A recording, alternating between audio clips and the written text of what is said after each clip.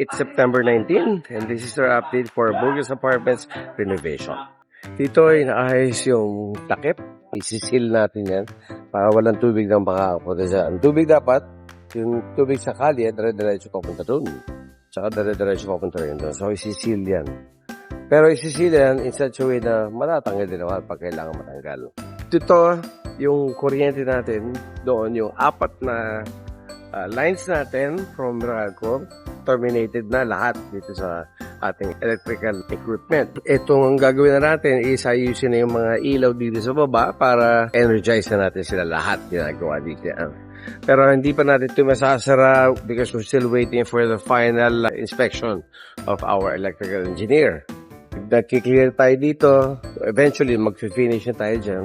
I-close na yun dun sa taas once tapos yung ating electrical works dito. Ito naman, nasarado natin ito, pharmacy wall.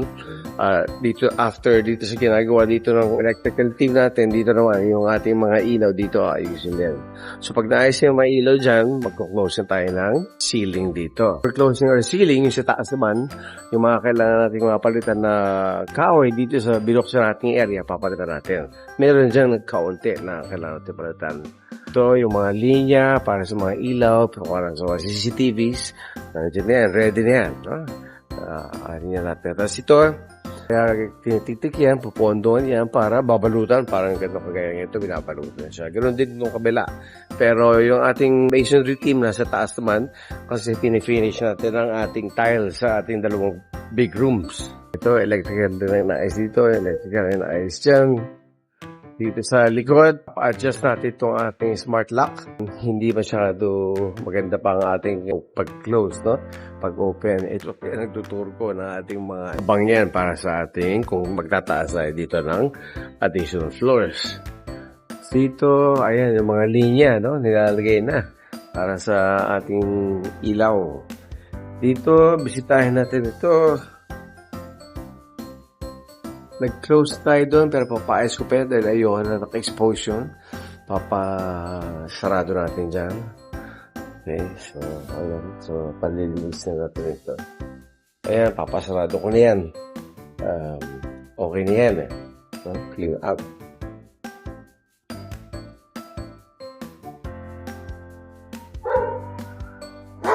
Sa taas.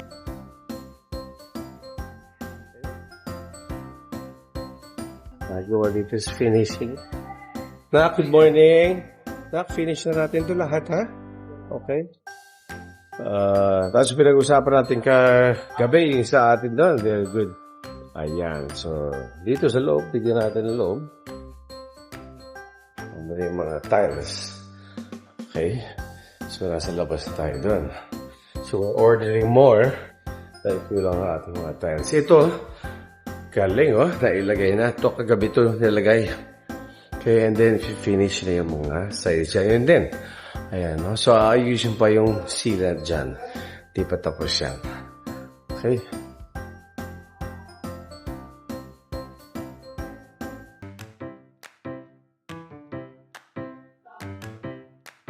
So, ayan.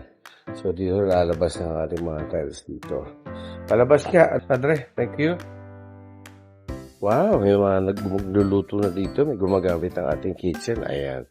Okay, ang ating tenant. Okay. Ayan, yung mga nilagay ng mga sliding windows. Ayan. Naayos. Okay. Dito rin. So, pinapabawasan sa'yo. Mataas. Very good. Ayan, piniprepare para sa tiles natin. Ilalagay. Okay, so ito pinutol na. So, sa loob natin, okay na ito eh. Itong CR na ito, palagay ko ng ano. Okay. Ito ang bubuhay ito. Kanang buhay na ito. Papabuhay ko na yan. Ayan, so, isisil na lang yung mga sides niya. And finish ito. Sa ating fish water, kailangan ilagay na. Okay. Ayan.